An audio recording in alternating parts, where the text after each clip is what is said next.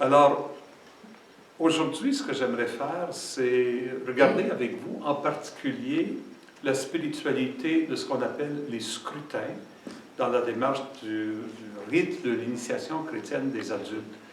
Les scrutins ne sont pas très connus dans l'Église. Les scrutins font partie du rite renouvelé de l'initiation chrétienne des adultes qui a été mis en place après le Concile.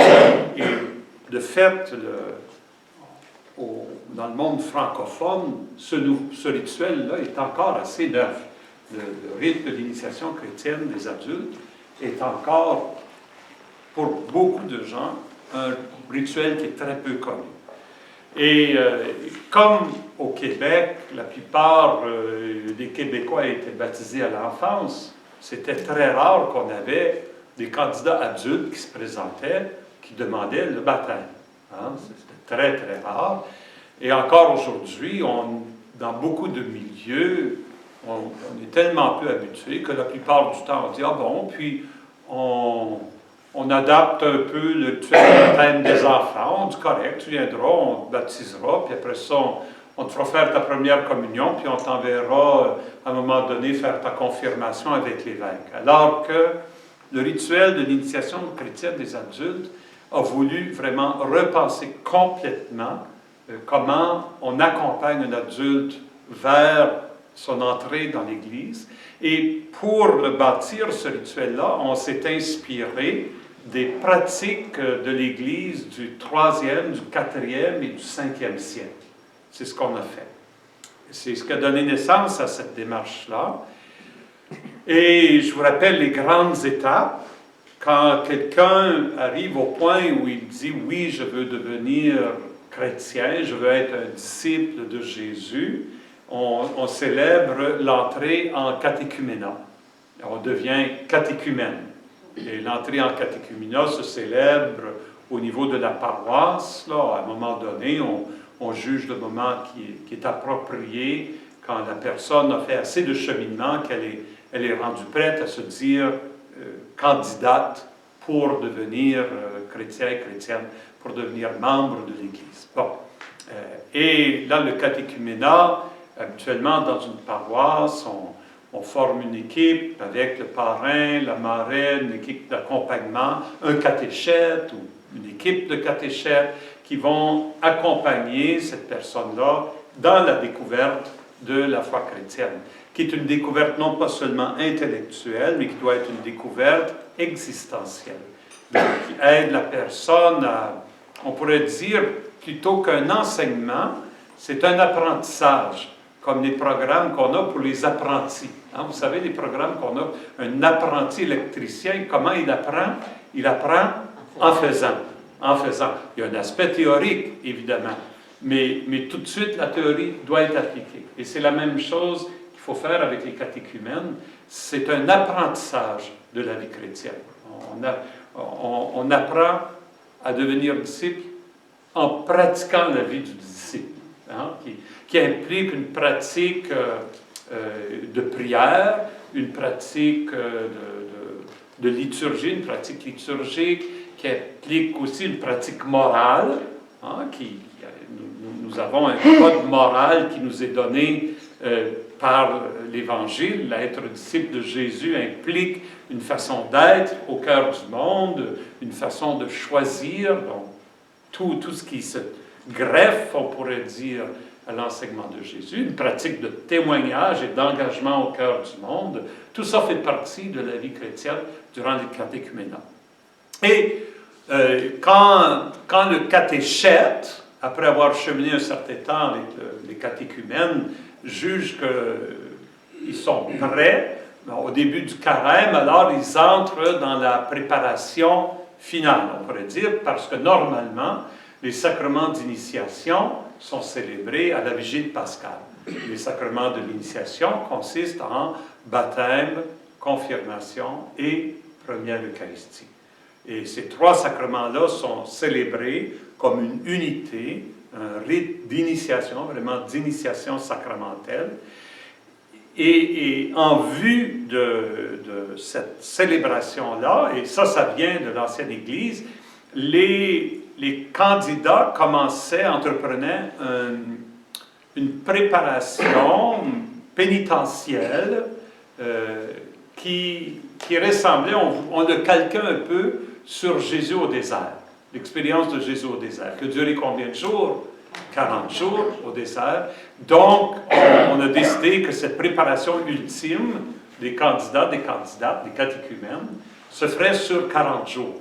C'est comme ça que le carême est né. C'était les 40 jours de préparation au sacrement d'initiation chrétienne. Et cette entrée dans les 40 jours, elle est marquée par un rite spécial qu'on appelle le rite de l'élection. Dans chaque diocèse, tous ceux, toutes celles qui se préparent au sacrement d'initiation viennent rencontrer l'évêque dans une liturgie où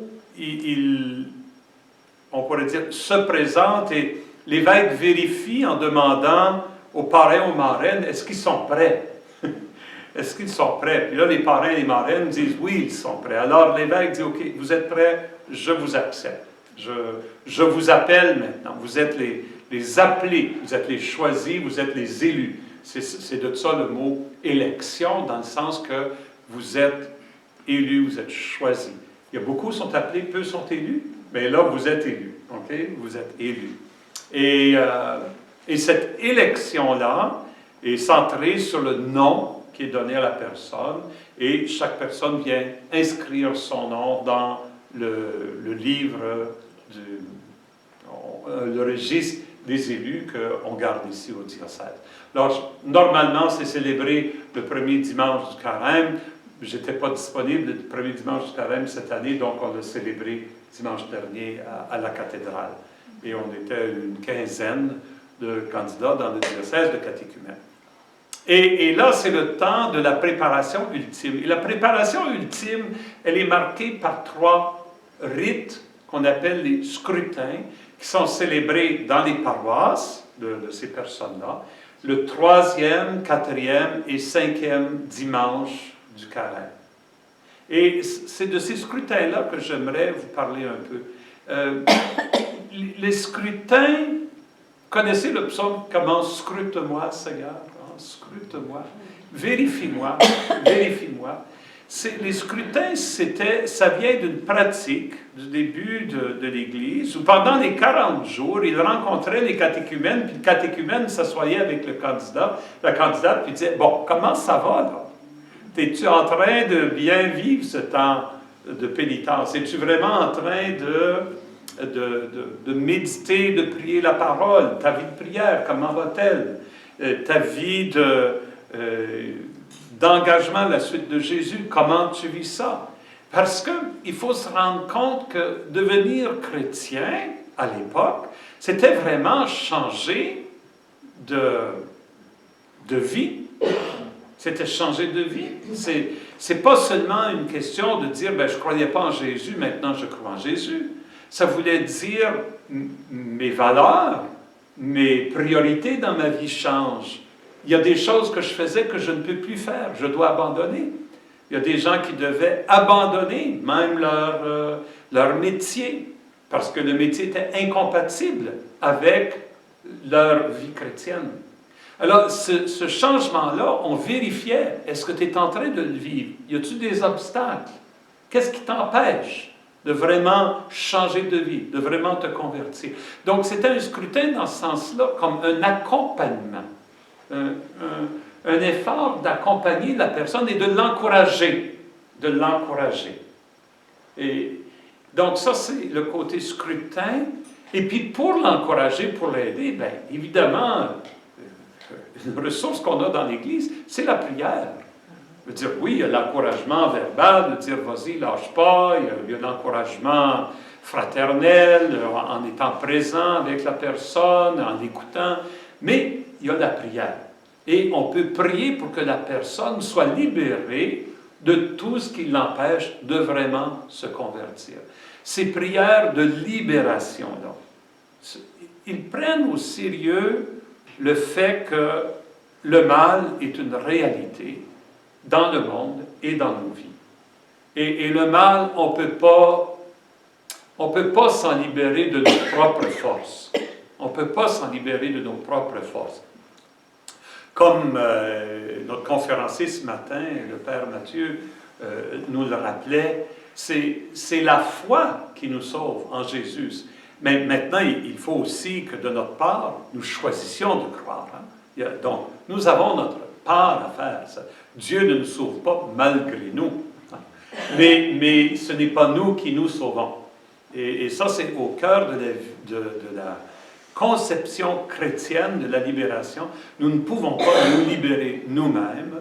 C'est l'Esprit de Dieu en nous qui travaille et qui nous libère du mal qu'il peut y avoir en nous, ou qui nous tente, ou qui... on se rappelle que Jésus est allé au désert seulement après avoir reçu l'Esprit. Hein, c'est dans la puissance de l'Esprit que Jésus résiste aux tentations. Donc, il faut que nous entourions ces candidates de notre prière.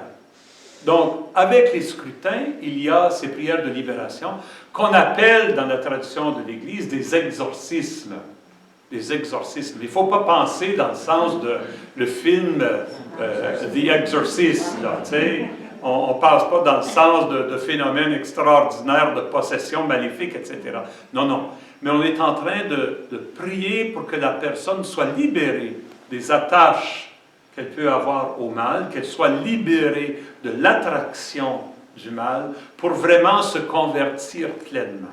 Donc, les scrutins dans la liturgie de l'Église sont l'occasion de prier, la communauté entoure les candidats et les candidates et prie pour ces candidats et ces candidates qu'ils soient vraiment libérés de la puissance du mal afin de s'attacher complètement au Christ et de vivre complètement en union avec le Christ.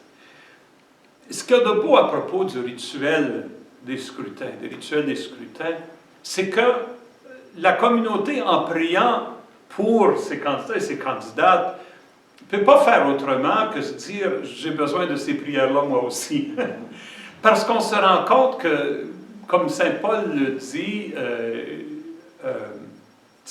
l'homme nouveau est en train de grandir en nous, mais il y a encore l'homme ancien. Il faut que je mette l'homme ancien, il faut qu'il meure en moi.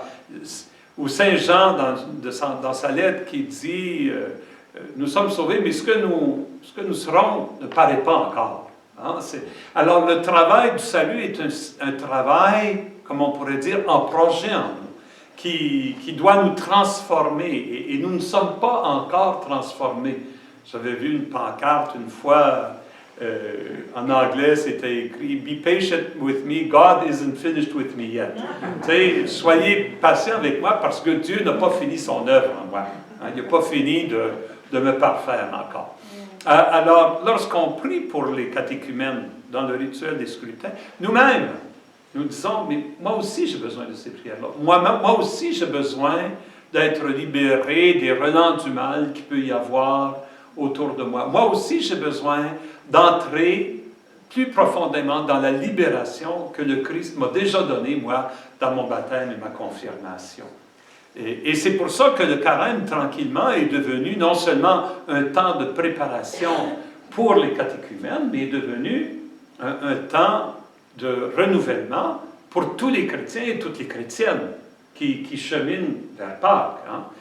Évidemment, quand on a perdu la présence des catéchumènes parmi nous, qu'il n'y en avait pas de catéchumènes, ben là, on a perdu le lien avec le baptême, souvent. On a perdu le lien avec ce cheminement-là vers la rencontre du Christ dans les sacrements de l'initiation.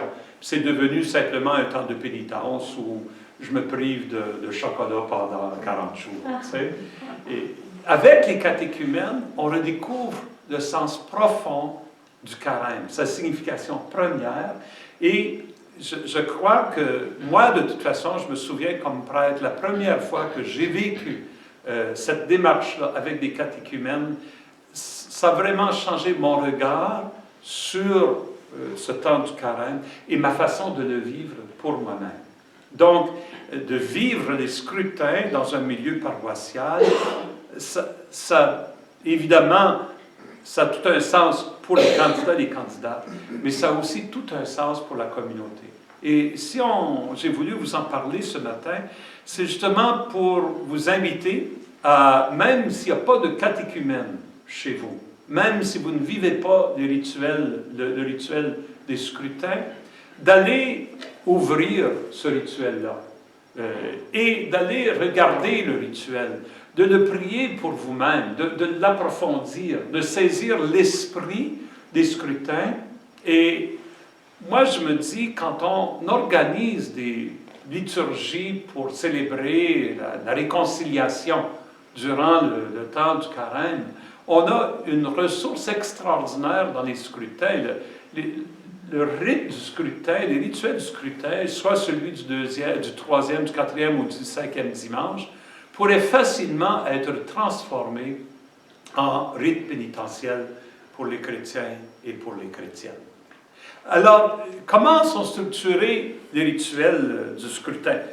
Premièrement, ils sont liés au texte de l'Évangile de l'année A. OK? Donc, ça, ce matin, le Père Mathieu il a fait le commentaire, on sait que le cycle de 3 ans, année A, année B, année C, les lectures changent à chaque 3 ans, alors à chaque année durant ces 3 années-là. Le cycle de l'année A est vraiment axé ou structuré pour vivre les scrutins. L'année A, comme les 3 années, le premier dimanche, c'est les récits de la tentation, on entre au désert. C'est pour ça qu'on célèbre le rite de l'élection à ce moment-là. Hein, les candidats vont rentrer dans le désert avec Jésus pendant 40 jours. Après ça, le deuxième dimanche, c'est le texte de la transfiguration, avec ce beau commandement de Dieu. Hein, celui-ci est mon Fils bien-aimé, écoutez-le. Donc, qui nous recentre sur la parole de Dieu. Et ensuite, le troisième dimanche de l'année A, c'est le récit de la Samaritaine. On découvre que Jésus veut nous offrir l'eau vive. Il veut nous faire vivre. Le quatrième dimanche, ça va être le récit de l'aveugle-né. Donc, Jésus est la lumière du monde. Et le cinquième dimanche, ça va être le récit de Lazare, de la résurrection de Lazare. Donc, Jésus qui est la résurrection et la vie. C'est des grands textes de l'Évangile de Saint Jean qui sont fondamentaux pour méditer le mystère de Jésus. Jésus, source d'eau vive, Jésus, lumière du monde, Jésus, résurrection et vie. Et les scrutins sont liés à ces textes-là. Et le Père Mathieu a fait le commentaire, c'est pour ça, lorsque vous avez les scrutins, on peut se servir des lectures de l'année A. Je vais corriger ça, puis je vais vous dire que lorsqu'on célèbre les scrutins, on doit se servir des lectures de l'année A. Ils sont tellement liés aux lectures de l'année A. Donc, par exemple, à la cathédrale, dimanche, nous célébrerons les scrutins du troisième dimanche. Donc, les lectures qui seront proclamées à cette messe-là seront les lectures de l'année A. Donc, on va prendre l'évangile de la Samaritaine, le récit de la Samaritaine. Ce qui, pour les prêtres, peut être un peu désarmant parce qu'ils se disent, mais les autres messes, il faut que je prenne les lectures de l'année B, donc il faut que je prépare 2 homélies, une pour la messe où j'ai les catéchumènes, puis l'autre pour les autres messes. C'est là où la loi liturgique nous permet de prendre à toutes les messes les lectures de l'année A. Donc, pour empêcher d'avoir à vivre, à préparer toute une deuxième homélie, on peut tous les dimanches prendre les lectures de l'année A, même lorsqu'on est dans l'année B ou l'année C, ces 3 dimanches-là. Mais là où on célèbre le scrutin, il faut prendre la lecture de l'année A. OK? Donc, comment est fait le scrutin après l'homélie? Après l'homélie, on invite les candidats, les candidates, les catéchumènes à s'avancer avec leurs parrains et leurs marraines. Je vous lis un peu les rubriques. Ils se placent devant le célébrant, devant de l'Église. Celui-ci, tourné vers les fidèles, les invite à prier en silence pour les appeler, les élus, en demandant la persévérance à la conversion, le sens du péché et la vraie liberté des enfants de Dieu. Donc, cette prière-là, puis là, ils se tournent vers les catéchumènes, ils les invitent eux aussi à prier en silence, et même à exprimer leur esprit de pénitence, soit en s'inclinant ou en s'agenouillant. Hein? Donc, on peut imaginer, là, les candidats qui se mettent à genoux devant nous, là, et qui, toute la communauté debout, et on prie en silence. Et je voudrais dire que cette prière en silence-là, il faut la laisser durer. Ce n'est pas un petit silence de 10 secondes, de 20 secondes. C'est comme le silence du 11 novembre. Hein? Lorsqu'on souligne l'armistice, le jour du souvenir, et que la trompette joue, puis on garde 7 minutes de silence-là, et tout le monde fait silence. C'est toujours impressionnant. Mais ça devrait être aussi impressionnant dans l'Église. Nous prions tous en silence pour ces hommes, pour ces femmes qui se préparent. Et là, il y a une prière qui est faite pour les appeler. Cette prière-là prend la forme d'une litanie, d'une prière litanique comme les prières universelles, des phrases plus ou moins courtes qui sont toujours liées à l'Évangile qu'on vient de lire avec la réponse « Seigneur, exauce-nous ». Toute la communauté.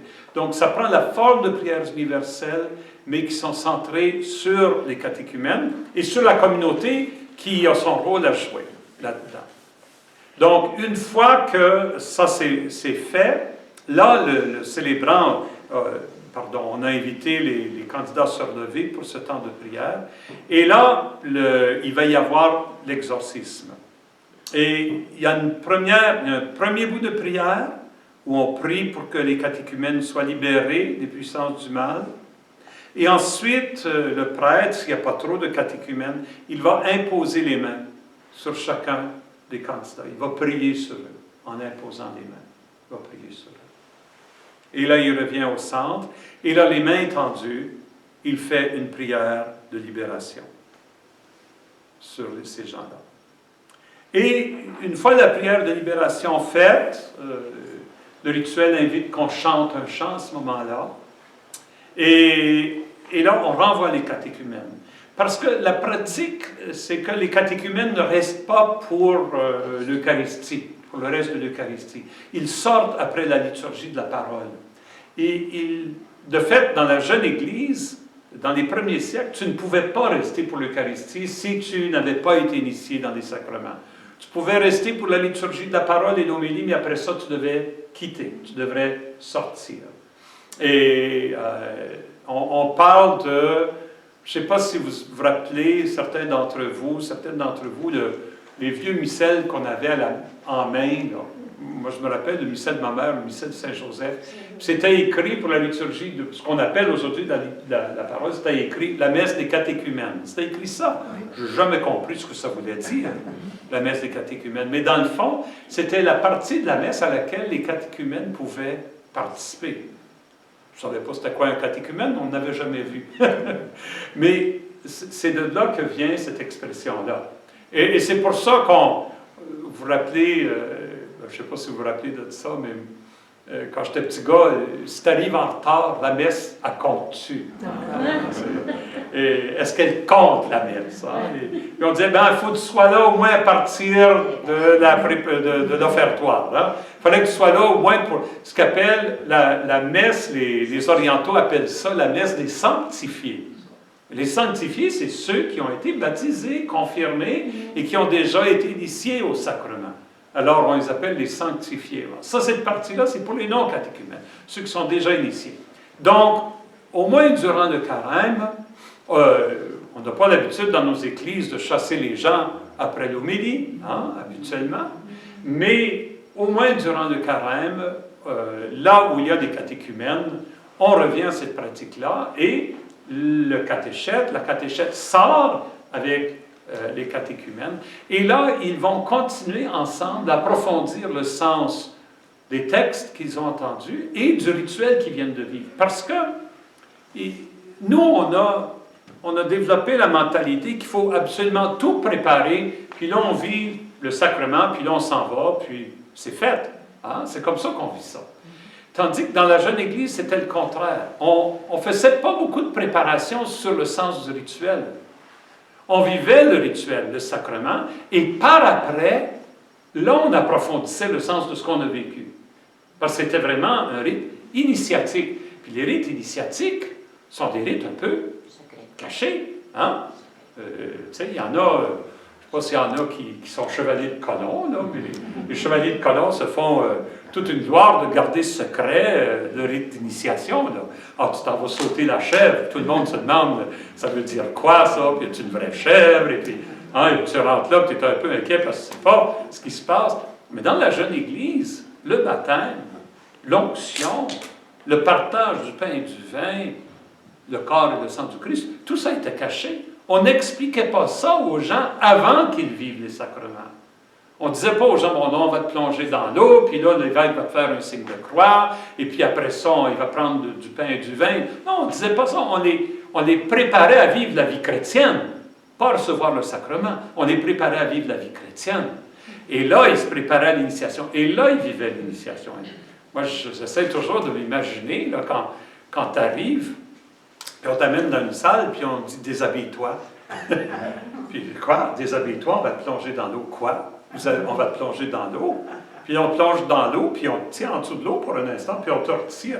Tu n'as aucune idée, c'est ça ce qui va t'arriver. Puis là, on t'amène de cette pièce-là, on t'amène, puis on te fait rentrer dans l'église. Et puis dans l'église, là, toute la communauté t'attend, puis c'est le milieu de la nuit, puis tout le monde a des cierges allumés, puis ils t'attendent tout. Puis là, tu rentres, hein, tu ne sais pas ce qui se passe, on t'amène devant l'évêque, et qui prend de l'huile d'olive, et puis qui verse ça sur ta tête, et puis qui en met partout sur ton visage, et puis vous regardez, ceux qui viennent d'être loin, puis votre visage brille du reflet de la lumière, des chandelles sur vos visages huilés. Quel effet ça doit avoir été?